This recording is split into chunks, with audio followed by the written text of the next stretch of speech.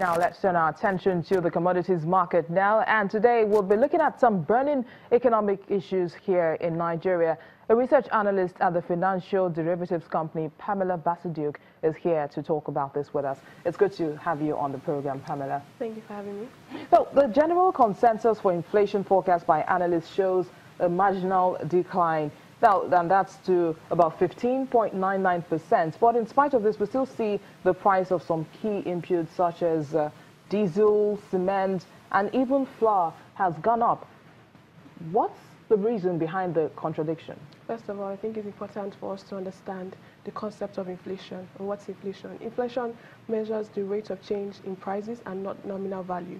And then we have what we call an inflation basket, which contains some number of items that we use to measure inflation. Flour is a component of the food inflation basket, while cement and diesel are components of the core index inflation basket. Now, we're currently in October. We need to understand that these changes in prices occurred in October, but inflation forecast we're talking about is for September. So what are the events that took place in September? We saw that there were a decline in food prices such as rice, tomatoes. There was a decline. We saw that cement prices were relatively flat, and then, however, we saw that diesel prices moved up from 160 naira to 190 naira. So in all of this, that's why we expect to see inflation decline marginally. Now let's come back to October, where we are presently. We see that cement prices are seasonal commodities. Well, currently, in the rainy season, we see that cement prices drop. Why? Because most people are not constructed, so there's less demand for these commodities. But however, we're in the dry season now, even though we're still experiencing like a little pockets of rain here and there like today. But then we expect to see that cement prices rise because there will be more demand for these commodities due to a pickup in construction activities. So yes, we expect to see the harvest season, because we're in the harvest season, we expect to see it offset flour prices, and then we also expect to see corn index inflation rise up a bit due to an increase in our diesel prices. So we'll be seeing mixed signals at the end of the year. Now let's talk about another issue, and that's the fact that the federal government intends to borrow $5.5 billion to refinance its domestic debt and, of course, also fund the 2017 budget. But there have also been talks about a reduction in interest rates. How will this play out? Yes, so the external debt will come in two parts. So we have the $3 billion revenue that would refinance our debts, and then we have the $2.5 billion revenue that will be used to fund the budget and for a capital expenditure projects. So now let's look at the $3 billion revenue, which will for refinancing of our debts. So the $3 billion refinance will come from sourcing through Euro bonds, and then it's to just substitute our FG maturing foreign government debt loans, rather than increase our debt portfolio. So we're definitely going to see a reduction in debt service cost, and then we'll see a lengthening in the maturity of this debt. And then also with government's increased investment in capital expenditure projects, we're going to see more liquidity in the market. And once we see this happen, we're going to see interest rates drop down. We're going to see interest rate decline.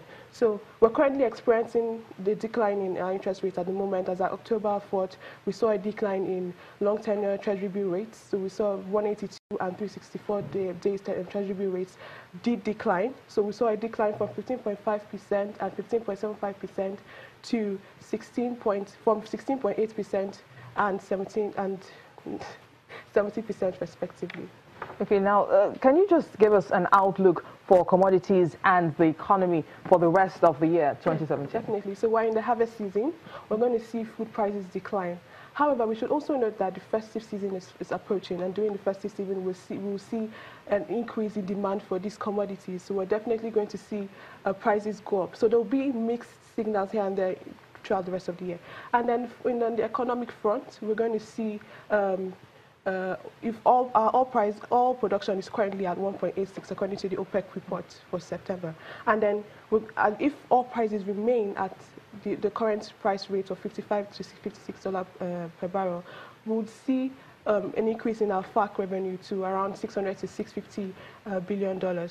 So we expect to see more disposable income, so increased consumer spending and purchasing power. We're going to see more demand for this for commodities. We're going to see, even with the government's capital expenditure. So we're definitely going to see an increase in business activities throughout the rest of the year. So it's good to have a positive outlook for definitely. the rest of the year. Well, many thanks, research analyst at the financial derivatives company, Pamela Basaduk. Many thanks for your time. You're welcome. Now, the Libyan National Oil Corporation says the country is still struggling to restore oil production, and fellow OPEC members are sparing the nation from having to participate in their deal to cut output. The chairman of the corporation, Mustafa Sanala, says the North African nation has revived output to almost 1 million barrels a day, but it's very difficult to say when the country will meet the 1.25 million barrels per day target it gave to fellow producers at a meeting in July.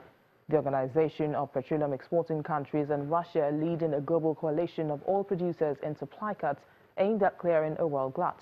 Their court spared 2 OPEC members, like Libya and Nigeria, while they tackle domestic crises that have hobbled their oil industries. And British oil firm Tullow Oil has signed 4 production sharing contracts in Ivory Coast with an initial investment of $21 million. An Ivorian government spokesman explains that the contracts, which include a 10% share for state oil company Petrotic, span exploration in 4 different blocks offshore. Tullow, which currently holds a non-operated position in the Espero offshore field in Ivory Coast, said it intends to initiate work immediately on the 4 new licenses to allow surveying to start in early 2018.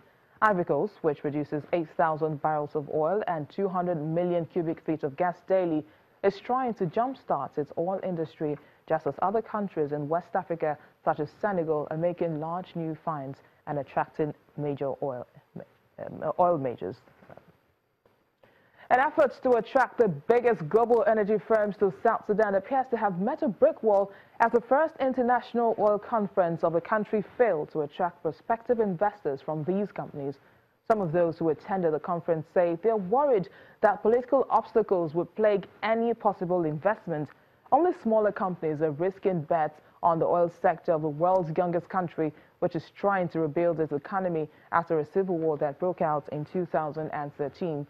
South Sudan has 3.5 billion barrels of oil and 3 trillion cubic feet of natural gas in proven reserves, and is seen by companies as one of the latest frontiers in energy exploration in sub-Saharan Africa.